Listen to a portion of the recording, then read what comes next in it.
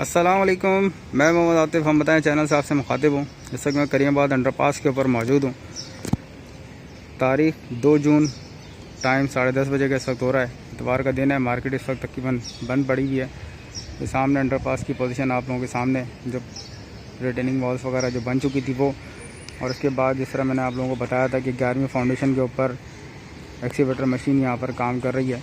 जिस वक्त यहाँ के टोटल व्यूज़ हैं, सामने आपको लियाकताबाद फ्लाईओवर भी नज़र आ रहा होगा। एक साइड पे बाज़ार फैसल और दूसरी साइड पे करीमाबाद मेन मीना बाज़ार की मार्केट।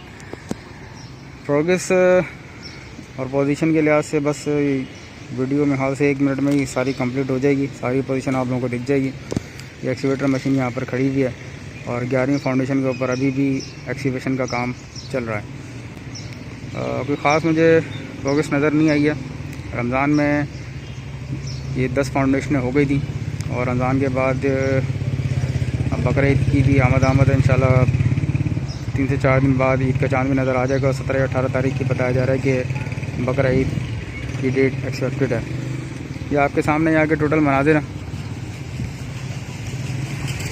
कल भी मुझसे एक भाई ने प्रोग्रेस के हवाले से पूछा था, तो मेरे ख्याल से ये वीडियो मैंने बना ली है और इसमें इंशाल्लाह आपको तमाम डेवलपमेंट जो भी यहाँ चल रही है, जो भी हो चुकी है, वो आपको इंशाल्लाह तमाम चीज़ें क्लियर हो जाएंगी। मेरे चैनल को लाजमी सब्सक्राइब करें। वीडियो पसंद आए लाइक करें, शेयर करें। आप तमाम लोगों की सपोर्ट का बेहद शुक्रिया। किसी भी किस्म का कोई क्वेश्चन हो वो कमेंट बॉक्स में लिख सकते हैं। 1 नवंबर 2023 को इस जगह की एक्सीवेशन शुरू की गई थी और आज तकरीबन 7 महीने, 2 जून है, 7 महीने इस जगह को हो चुके हैं और जो भी डेवलपमेंट है वो आपके सामने यहाँ मौजूद है।